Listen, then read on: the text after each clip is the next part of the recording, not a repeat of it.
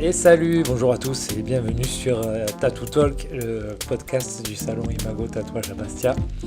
Et on se retrouve comme chaque semaine avec Lulu Slash, mon épouse, ma moitié. Salut. Attends, si tu parles mais que tu te mets pas oui. sur ta fenêtre. Hello. Comment ça va? Parce que t'as une petite voix là. Moi ça va, je sors d'une angine et ça faisait longtemps que je n'avais pas été malade. Et du coup, je suis comme tous les hommes, dès que je suis malade, je suis dans un état, voilà, c'est vite appeler les secours. Du coup, si vous voulez tout savoir, j'ai fui ce week-end. Je suis partie sur le continent. Je reviens à peine à l'instant. Je viens d'atterrir là. Et du coup, je le redécouvre en meilleure forme. Ouais, ça va mieux, j'y ressuscite petit à petit. Et ouais, en plus de ça, il y avait de grosses semaines la semaine dernière. Et enfin voilà, il a fallu assurer, donc je me suis un peu automédicamenté, fallait pas, hein. Je suis allé voir le vrai docteur ce matin, il m'a un peu grondé, mais bon, ça va. Et je suis pardonné, faute avouée, à moitié pardonné, comme on dit. Bon, on enchaîne direct avec le sujet du jour.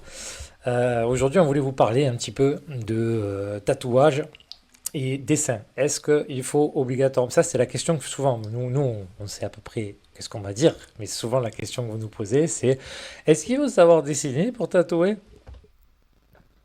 Alors la réponse est... Si tu sais... Moi, je vais donner la mienne de réponse. Si tu sais dessiner, ça ne veut pas dire que tu sais tatouer. Si tu sais tatouer, ça ne veut pas dire que tu sais dessiner. Si tu sais dessiner, quand même, tu pars avec un avantage. Et tu progresseras, je pense, peut-être plus vite que si tu ne sais pas dessiner.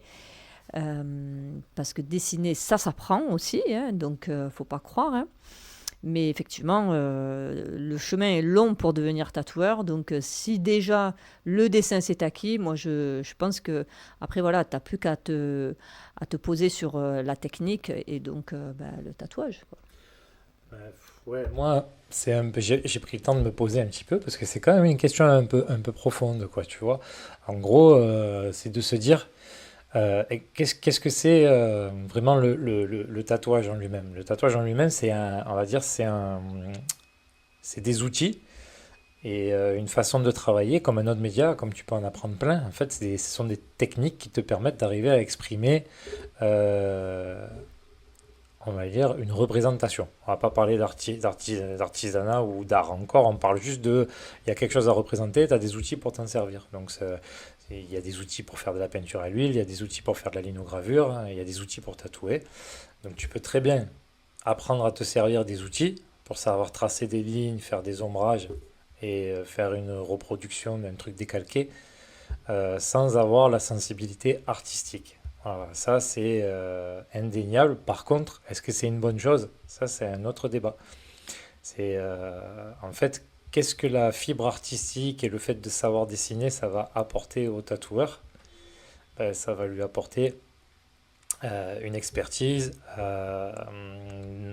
une façon éventuellement de retranscrire l'idée du client. Ça va lui permettre une meilleure compréhension des proportions, une meilleure compréhension du corps humain. Ça va lui permettre d'être plus performant et puis d'élever le tatouage à un niveau supérieur. C'est ce que je pense pouvoir dire de ça.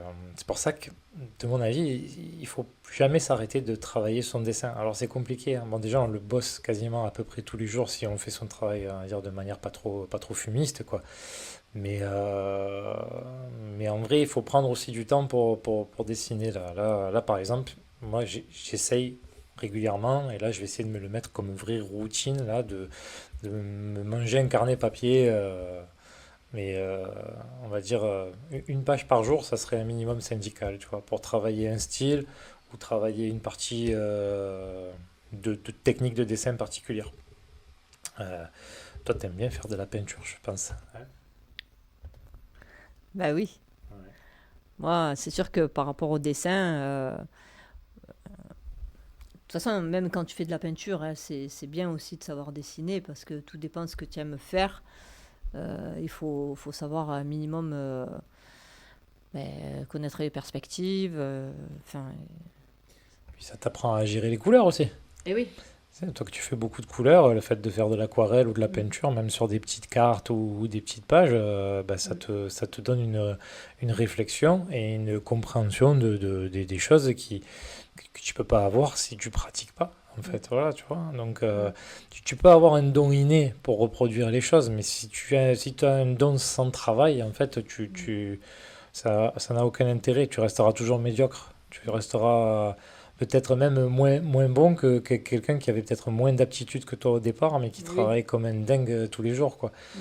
Parce que dans le tatouage, tu as la partie technique qui est, on va dire, au moins aussi importante que la partie dessin, parce qu'il y a énormément de choses à savoir, énormément de choses à acquérir. Mm. Et ces choses, elles vont s'acquérir avec le temps et la pratique.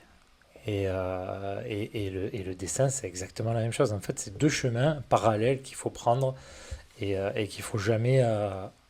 Il n'y en a jamais un qu'il faut privilégier pour l'autre, en fait. C'est pour ça, à chaque fois que on démarre, par exemple, un apprentissage au salon, je vois par exemple pour Julie qui a attrapé la tablette vraiment rapidement. Heureusement qu'elle dessine régulièrement sur papier, mais moi je sais que le prochain apprenti qui va arriver, il n'aura pas la tablette avant 1 an et demi, 2 ans, hein, parce que c'est quand même important. Vas-y. Oui, justement, j'avais envie de rajouter un truc, c'est que quand on dessine avec un crayon, ça se rapproche au niveau de la façon de faire, de la technique de tatouage en fait. Alors que quand tu prends une tablette, un stylet, tu as l'assistance de dessin bien souvent, donc ben, un trait droit, tu ne fournis aucun effort par exemple pour faire une ligne complètement droite, perpendiculaire, parallèle et tout. Alors que si tu prends le crayon, tu es obligé de te concentrer pour faire une belle ligne et ce mouvement-là, par exemple, de crayon, tu vas le retrouver quand tu as un thermographe dans les mains, tu valides. Ouais, je valide. Je valide dans le sens où, en fait, nous on utilise Procreate sur la tablette, sur l'iPad, et en fait sur Procreate, il y a une option qui s'appelle, je crois que c'est le Streamline, si je dis pas de bêtises, et ça te permet d'avoir une courbe plus naturelle de la ligne quand tu la traces. Il y a aussi la possibilité de tracer un cercle dégueulasse et de rester appuyé, le cercle est tout beau. De tracer une ligne toute dégueulasse, tu restes appuyé, la ligne elle est toute belle. C'est ça. En fait, alors je rebondis là-dessus parce que je trouve ça chouette, tu vois. Là, j'ai écouté l'interview de Philippe Leu qu'il a sorti sur un autre podcast là qui s'appelle Books Close. Si jamais vous parlez anglais, écoutez, c'est merveilleux. Et Philippe Leu, c'est une légende du tatouage, hein. Il tatoue depuis qu'il a 14 ans ou 13 ans, je crois. Et ses parents étaient tatoueurs. Et il doit avoir maintenant, je pense, j'espère que je me trompe pas, je pense qu'il a dans les 60 balais. Donc il a beaucoup, beaucoup, beaucoup de métiers. Il a peut-être moins, remarque, hein, mais bon, je sais pas, j'ai pas regardé son âge, hein. Je m'excuse si je me trompe. Et du coup, c'est pour dire que c'est quelqu'un qui a un passé énorme. Il dessine sur papier. Je pense qu'il peut partir en freehand sur à peu près n'importe quel truc qu'il maîtrise. Et il s'est mis à l'iPad il n'y a pas longtemps. Et il trouve des choses intéressantes dans le sens où, par exemple, quand il cherche à faire une composition pour un bras, en fait, l'iPad, ça va lui permettre de pouvoir redessiner certaines parties sans tout se rebraquer le dessin en entier. Mais ce mec-là, il a quand même une vie de dessin derrière lui. Donc, tu peux pas comparer quelqu'un qui a une vie de dessin comme ça derrière lui et qui découvre cet outil-là et qui en fait quelque chose de fabuleux à quelqu'un qui est complètement novice et qui va se lancer là-dessus sans avoir la conscience en fait du dessin sur le corps, etc. Voilà. Donc moi forcément je mets pas au niveau de ce mec-là, hein. Faut faut une vie de travail pour en arriver là. Mais ce que j'essaye de faire en tout cas, c'est de toujours me dire que putain, il faut revenir à la source du travail, quoi. C'est-à-dire prendre tes papiers, tes crayons, dessine, envoie et sois performant sur des supports physiques. Et puis après, sers-toi de l'iPad au quotidien pour t'aider dans ton travail, mais ne vis pas qu'à travers l'iPad, quoi. Sinon, tu vas passer ton temps à décalquer. Oui, finalement, l'iPad, ça sert quand tu as une charge de travail et que tu es obligé de produire parce que derrière, il y a des rendez-vous. Maintenant, quand tu débutes, généralement, tu croules pas sous la demande. Ah, t'as du temps. Tu as du temps, donc tu peux prendre le temps de prendre ton crayon à papier, ta feuille, et de préparer ton, ton petit atout que tu vas réaliser, quoi. Mm.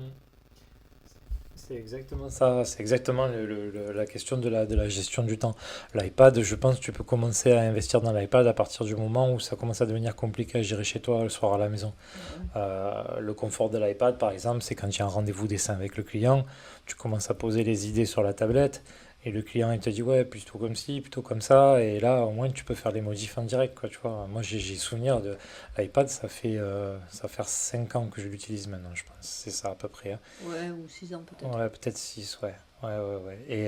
Et du coup, avant, je faisais tout sur papier. Et quand l'avantage de l'iPad, c'est que quand tu arrives et que tu as préparé un dessin pendant 3, 4 heures, voire 5 heures, et que tu arrives avec le client et te dit ce détail-là, là, il me plaît pas trop, tu vois. Donc, du coup, ça implique table lumineuse, calque, repasser par-dessus, refaire la partie qui allait pas, si c'est pas tout refaire en entier, parce que si tu refais une partie, peut-être qu'il faut modifier tout le reste.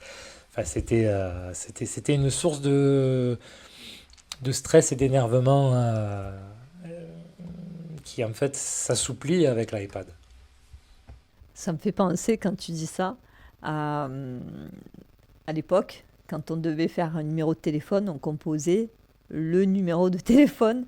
Aujourd'hui, c'est préenregistré, il y a des prénoms, et juste tu demandes même à Siri ou à Google, enfin, peu importe à qui, et tu dis appelle, et tu fais même plus l'effort ni d'appuyer sur un bouton, ni de composer, encore moins de composer le numéro. Et ça me fait penser à ça, tu vois, quand tu parles de la tablette par rapport à avant, ce que tu faisais à dessiner sur du papier, on dirait que c'est le truc de l'époque, quoi, que ça se fait plus. Aujourd'hui, si t'as pas une tablette, t'es pas tatoueur, quoi, tu vois, c'est... Ouais, ouais, mais on a tendance à aller un peu trop vite en besogne là-dessus, c'est vrai, hein, c'est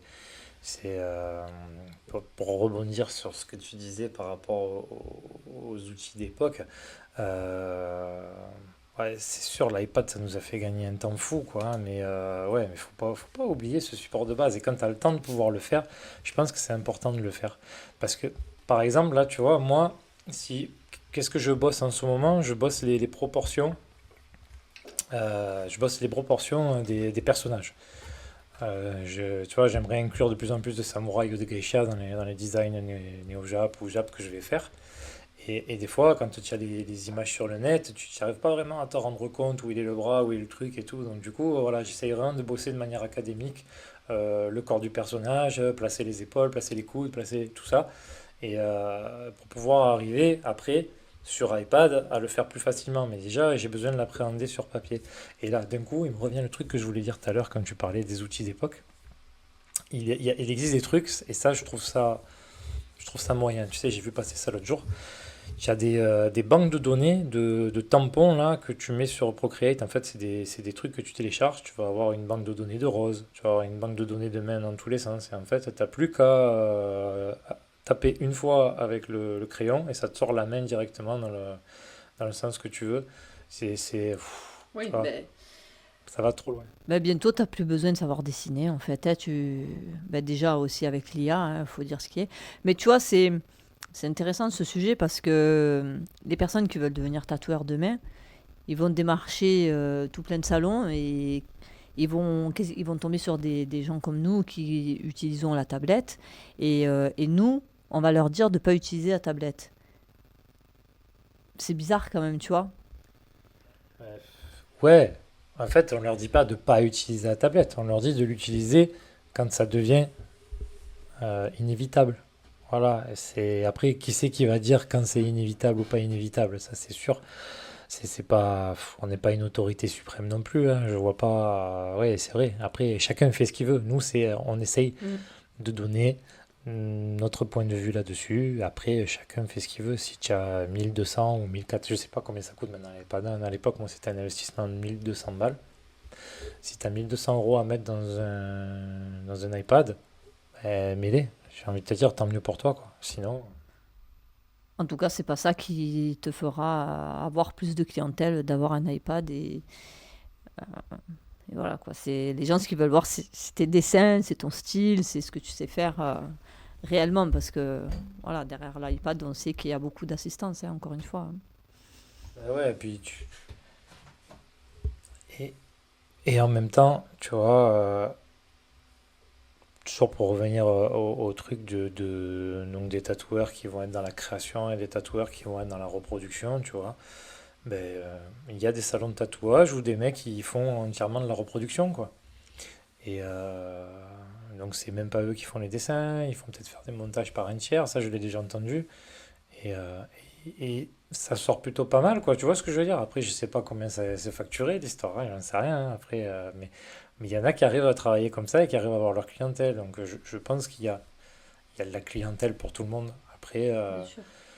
on a chacun une vision des choses, quoi. Moi, je trouve que je parlais en fait de différencier tout à l'heure la technique et le dessin. Et après, quand tu combines tout ensemble, en fait, nous, la technique qu'on a, le tatou, on, on tatoue sur une peau vivante. Et il y a un vrai échange qui se fait, ne serait-ce qu'entre la matière, c'est-à-dire toi et la peau de ton client. Et il y a un échange qui se fait entre les individus, il y a une espèce d'énergie qui circule, il y a quelque chose, et c'est ça qui est magique en fait dans le tatouage. Et le fait de mettre une intention dans le dessin, c'est-à-dire c'est moi qui vais prendre ton projet en main de A à Z, on va trouver quelque chose, un terrain d'entente, un ci, un là, je vais te faire des propositions. Et tu vois, tout ce travail-là, là, eh ben si tu pars dans un truc où tu prends quelque chose, que tu le reproduis, ou tu prends une de ces images de galerie que tu télécharges sur Procreate et que tu le crées comme ça, moi, pour moi, je trouve que ça casse un peu de la magie de ce que ça amène le cercle vertueux du tatouage en tant qu'artiste ou artisan, quoi, tu vois. C'est, euh, en fait, c'est ça qu'il faut chercher, quoi. En gros, aujourd'hui, est-ce que tu fais ton métier pour payer les factures ou est-ce que tu le fais pour payer les factures, mais aussi pour kiffer un peu, quoi, tu vois? Bah, les deux. Après, il faut dire que voilà, le tatoueur, il fait ce qu'on lui demande aussi. Donc, après, ce qui va se passer, c'est que dans quelques années, ils vont tous débouler dans les salons en disant oh, je l'ai vu sur tout le monde, ce tatou, je veux le recouvrir. Tu vois, c'est ça qui va se passer. Parce qu'aujourd'hui, clairement, je ne citerai pas de nom, mais ils arrivent avec des images, on sait d'où viennent ces images, hein, on va pas leur faire de la pub. Ils arrivent et puis voilà, ils veulent ce qu'ils ont vu sur ce site, ou alors les influenceurs ou les influenceuses. Voilà, ils veulent faire la même chose. Donc, comme tu dis, c'est où tu tatoues euh, pour te faire plaisir ou tu tatoues pour faire plaisir à ton client, quoi. Ou alors tu fais les deux. Je sais pas, je suis plein de rêves là, tu vois. Je t'ai dit, voilà, j'ai écouté là, cette interview de Philippe Leu, j'aurais jamais dû faire ça, ça m'a mis ça m'a mis le mort pendant une semaine, le truc. Parce que tu sais, les gens, ils ont vécu une autre époque, quoi, tu vois. Ils avaient une liberté et un truc, tu vois. Genre Philippe Leu, c'est lui qui a fait la promotion des tatouages à quatre mains ou à six mains, où ils étaient à deux ou trois sur le même gars. Euh, Tu vois, ils ont contribué. En fait, c'est des mecs, ils ont fait quelque chose d'expérimental avec les tripes, etc. Et je trouve ça beau, moi, d'arriver à mettre ça dans le tatouage, quoi, tu vois, d'arriver à s'extirper de ce truc un peu trop, comment on va dire, bah, le côté un peu street shop, quoi, tu vois. Et en fait, ça serait bien d'arriver à trouver l'équilibre, parce que je trouve que le côté street shop, c'est bien, les gens, ils rentrent chez toi, il y a ce petit truc de la découverte du tatou. Voilà, mais après, je pense que c'est aussi à nous de faire un travail d'explication, d'éducation sur le client et de lui dire comment ça fonctionne, quoi, tu vois. Ben, clairement, c'est ce qu'on fait là quand on fait des podcasts, quand on fait des lives. Souvent, on essaye de transmettre cette passion du tatou, on essaye de raconter l'histoire, on essaye de faire de l'éducation, on essaye de faire ça au travers de tout ce qu'on fait au niveau des réseaux sociaux. Ouais. Ouais. Et ouais, c'est pour ça. Enfin, moi, je sais que enfin, je sais pas, je suis tellement mordu de ce que je fais et je me vois pas faire autre chose. Je me vois peut-être même, je sais pas, moi, tu vois, me mettre dans une cabane là dans le Cap à tatouer moins souvent, mais plus des trucs que j'aime, quoi, tu vois. Et si jamais demain il fallait arrêter la boutique ou j'en sais rien, quoi, tu vois. Bon, c'est pas le cas, hein, heureusement d'ailleurs, hein, mais Attends, là, tu commences à me faire peur. T'as réfléchi pendant mon absence à t'isoler dans le Cap, dans une cabane pour faire du tatou. Ok, non, on va en discuter, hein. non. Et ça, c'est quand tu me laisses tout seul. Après, je pars en roue libre et voilà, je m'invente des vies dans des cabanes au bord de l'eau. Bon, est-ce que j'étais dans ta nouvelle vie? T'es toujours, toujours. Ouais, et donc, du jour, ouais, pour revenir au dessin, je pense que si vous êtes dans la recherche d'un artiste tatoueur, vraiment, en fait, c'est la question qu'il faut vous poser et que nous aussi, on doit poser à nos clients, c'est qu'est-ce que vous voulez vraiment? Quand vous rentrez dans un salon, t'as repéré un truc sur Internet qui te plaît. Donc, est-ce que tu veux exactement ça? C'est-à-dire, est-ce que tu veux une reproduction? Ça, c'est une réflexion que Olivier Poinsignon, et là, c'est un artiste là qui fait beaucoup de live et de choses et de contenu sur Internet. Je vous invite à aller le voir, hein. Donc, il pose souvent cette question-là à ses clients, si je dis pas de bêtises. Il dit, est-ce que vous voulez donc une reproduction, c'est-à-dire texto, ce que tu as vu sur Internet, c'est ça que je veux et je veux pas autre chose. Est-ce que tu veux une interprétation? C'est-à-dire, tu sais que plus ou moins la personne que tu vas avoir, elle fait tel type de dessin. Tu vois, par exemple, moi, si tu vas voir un peu le travail que je fais des trucs un peu illustratifs avec du noir, du rouge. On n'est pas obligé de mettre du rouge, je peux mettre d'autres couleurs, mais voilà, j'essaye de faire un peu les choses différemment. Ou est-ce que tu veux une création? Et la création, ça implique de donner une thématique à la personne que tu as en face de toi, de la considérer comme un artiste et de la laisser te faire des propositions et de choisir parmi les propositions qu'elle t'aura faites sans les avoir vues à l'avance. C'est-à-dire, tu prends conscience qu'en face de toi, tu connais ce que fait l'artiste et tu fais confiance à ce qu'il va pouvoir te proposer. Il faut avoir un certain lâcher-prise et pas être dans la maîtrise et vouloir contrôler ce qui va t'arriver à ce moment-là. Voilà. Donc, tu as ces trois options-là. Reproduction, interprétation, création. Je trouve que c'est plutôt bien réfléchi comme façon. Mm. Je sais pas ce que t'en penses. Oui. Oui. Elle en pense à rien. Elle revient. Elle a fait 1 heure d'avion, elle est jet-laguée, bordel. Attends, il y a le décalage horaire entre Marseille et Bastia. Ouais. Non, mais j'en pense que c'est une très belle.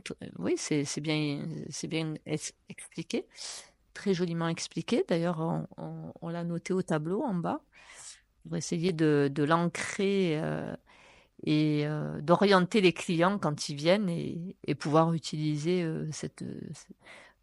je dirais, c'est pas un outil, mais ce questionnement, quoi. Bah ouais, ça permet de bien cerner les choses. Ça... Oui, le questionnement, c'est un outil. Je reviens. Ouais. Ça permet aussi ben, nous, personnellement, ça nous permet peut-être de perdre moins de temps et moins d'énergie aussi. Parce que, au final, la dernière fois, je discutais aussi avec des collègues tatoueurs et on se disait, ouais, parce que franchement, nous ici, ça va, parce qu'on se bouge beaucoup le cul en communication, mais il y a beaucoup de mes collègues qui sont en mode, putain, ça ralentit sévère en ce moment, comment on va faire, comment on va faire, comment on va faire. Après, moi, je leur dis, les gars, je préfère faire du petit tatou toute la journée plutôt que pas travailler du tout. Donc, du coup, c'est pour ça que je me remets à faire des petits designs, des petits machins. J'ai posté 4 planches de flash la semaine dernière, je sais pas si vous les avez vues. Mais j'ai perdu le fil, mais c'est comme ça. En fait, faut pas perdre de vue que quand tu fais du tatou, tu dois faire du tatou pour tout le monde, en fait. Et en même temps, il faut que tu arrives aussi à leur expliquer que, ben, dans ce truc-là, en fait, quand tu arrives en disant, voilà, je veux la reproduction de tel truc, il faut aussi que tu arrives en tête en te disant qu'en face de toi, tu as peut-être quelqu'un qui a une sensibilité artistique. Peut-être elle l'a pas, la personne en face de toi, mais peut-être qu'elle en a une de sensibilité. Et est-ce que ça vaudrait peut-être pas le coup que j'écoute cette personne, au moins, qu'est-ce qu'elle a à me dire? Voilà, peut-être que ça pourrait me faire changer d'avis, peut-être que, voilà. Et après, des fois, c'est peut-être pas sur le premier tatou qu'elle va te faire confiance, ça sera peut-être sur le deuxième, ou peut-être sur le troisième, ou mais bon. Ou peut-être qu'elle te fera jamais confiance parce qu'elle est dans le contrôle absolu. Mais généralement, nous, ça se passe plutôt bien avec nos clients dans ce sens-là. Je sais que il y a des fois, vu que je suis pas un gros vendeur, moi, il y a peut-être des fois le premier tatou qu'on va faire ensemble où je vais être un peu plus conciliant et après vu que je suis plus à l'aise avec la personne, je vais avoir tendance à pousser un peu plus dans les directions où j'ai envie d'aller, tout en étant attentif aux attentes de la personne, bien sûr. Mm. Voilà pour ce qui est du sujet du tatouage et du dessin. Alors si on revient à la question de départ, est-ce qu'on peut savoir tatouer sans savoir dessiner? La réponse est oui, mais non. Ça. La réponse est évidemment oui, parce que tatouer, c'est déposer de l'encre dans le derme. Donc, à partir du moment où tu piques et que tu es dans le derme, tu peux dire j'ai tatoué, quoi. Après, ton dessin, il est dégueulasse. Ton tatou, même s'il est bien piqué, l'encre est bien déposée, il sera quand même dégueulasse. Et j'ai encore eu une demande tout à l'heure, une fille qui s'est fait massacrer le bras avec des petites fleurs, des trucs minimalistes et tout. Et la personne, elle a dû lui dire qu'elle savait faire. Elle sait absolument pas faire. Donc, elle sait pas dessiner, la personne. Et puis, visiblement, elle sait même pas vraiment tatouer. Donc voilà, moi je dis, pour conclure, faut travailler. Faut travailler le dessin, faut travailler sur les peaux synthétiques, les peaux de cochon, les pamplemousses. Faut travailler, travailler, travailler avant d'aller massacrer. Voilà. Exactement. Et tu vois, pour revenir au truc du tatou minimaliste, machin, tout ça et tout, là, à un moment donné, dans l'interview de Philippe Leu, il parle justement des petits tatous naïfs, là. Et lui, par exemple, il comprend pas du tout ce truc-là, tu vois, là, ces petits tatous mal faits, mais genre fait exprès d'être mal faits, tu vois. Voilà, parce que j'allais te dire, explique naïf pour Voilà. ceux qui écoutent et qui savent pas ce que ça veut dire. Voilà. Et lui, il comprend pas ça. Et il dit, en fait, pour lui, si tu rentres dans un processus de transformation de ton corps et après, bon, il est conscient, chacun a une appréhension de son corps comme il le veut, tu vois, mais pourquoi tu cherches pas à faire quelque chose de beau? Pourquoi tu te mitrailles comme ça, etc. Enfin, après, peut-être que tu peux trouver du beau dans du petit, mais voilà, ça c'est des gens qui sont d'une époque où le beau, voilà, sa vision du beau, c'est un corps bleu de la tête aux pieds.